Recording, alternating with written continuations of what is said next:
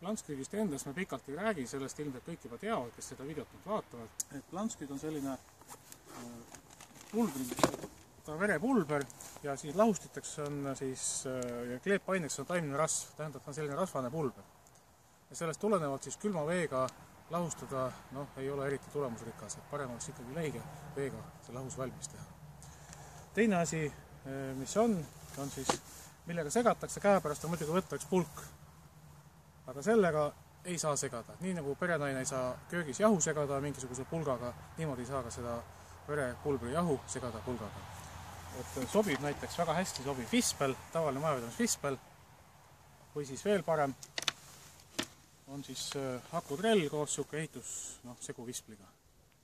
Nagu öeldud, tuleb segu teha leige veega ja kaevust mis vett ei võta ja lähengi siis toon leiget vett toost.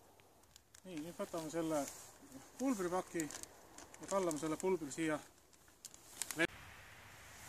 niimoodi ja võtame nüüd siis võimalik oli me teha vispliga, aga ka elektritrelliga ja sellega kulub endal putru vähem kui sellise viguriga teha. Ja segame nüüd sellega kõigepealt natuke ära teha.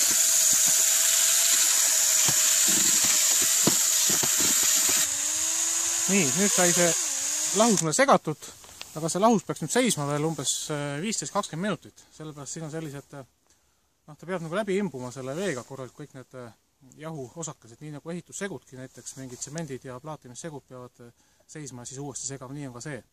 Ja milleks on vajalik, see on selleks, et kui me seda korralikult ei tee, siis tekivad klimbid ja tükid ja hakkab pihusteid ummistama. Mis meil veel vaja on, selleks on pritsi vaja, et see tööd teha. Ja tavaliselt on pritsil siis siin, kui me poest ostame pritsi, tavaliselt on ümmargune otsik. Aga see ei ole nagu sobilik selle töö jaoks.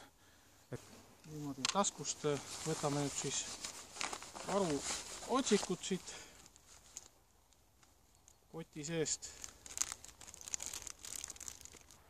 Nii, ja kasutame siin nüüd sellist pihustit nagu piluna, on see pilupihusti ja see on siis spetsiaalne, tema mark on siis Hardi 46, 65, 14 ja ta on selles mõttes siuke kitsa nurgaga 65 kraadi ja suure tüüsiga, et siis ta ei ummista nagu ära ja tuleb paremini nagu läbi see. Nii, ja mis veel tuleb teha? Et vahest on siin selle pihusti ja otsa vahel on sõel. Sõel tuleb ära võtta, kui see on. Meil teda siin hetkel nüüd ei ole, paneme pihusti siia külge nüüd. Teine koht, kus võib olla siis sõel, on siin käepidame sees. Et sõel on kas siin otsas või on ta siis siin või on mõlemal pool, et tuleks kontrollida. Ja vaatame, kuidas mul siin on. Vahepeal võib kinni panna. Ja siit käepidame sees saime niisuguse sõela kätte. Kui me siit ära ei võta, siis juhtub see, et see pulbri jäägid, mis jäävad, võivad need sõela pilud nagu kinni kittida. Nüüd on 15 minutit möödas ja segame siin natukene veel seda segu. Nii, väga palju pole vaja, et muidu vajame vahtu jälle. Siis ta võiks ideaalis veel üks 5 minutit seista, et see vaht ära vajub, mis ei tekkis. Aga siis võtab vahukulbi. Ja et meil enda mugavam oleks töötada, siis me võime selle vahu siit lihtsalt ära riisuda.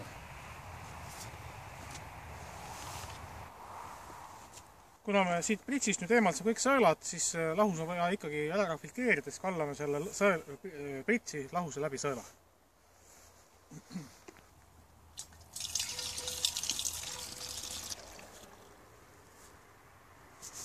No nii, nüüd on meil kõik ettevalmistused tehtud ja nüüd läheme siis puid pritsima.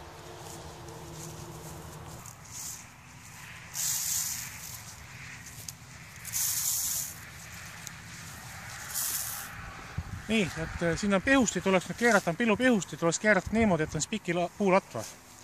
Et vaata nüüd siia laseme nüüd sutsti. Ja laseme umbes, sekund paar laseme korraks niimoodi. Et palju ei ole vaja ja kaitseme ainult puude latvu. See töö käib väga kiiresti.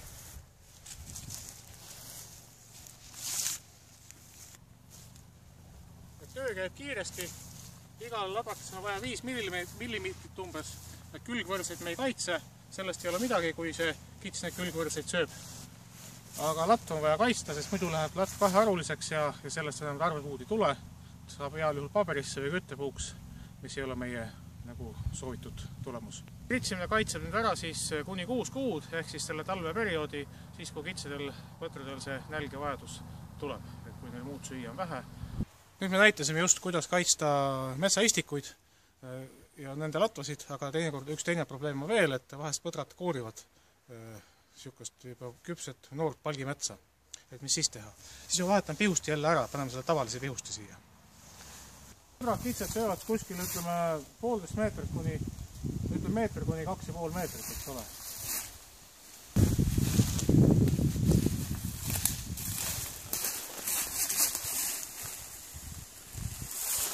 Natuke peaks seda pihustit veel sättima pikemalt, seda saab keerata niimoodi, reguleerida pihustit ka.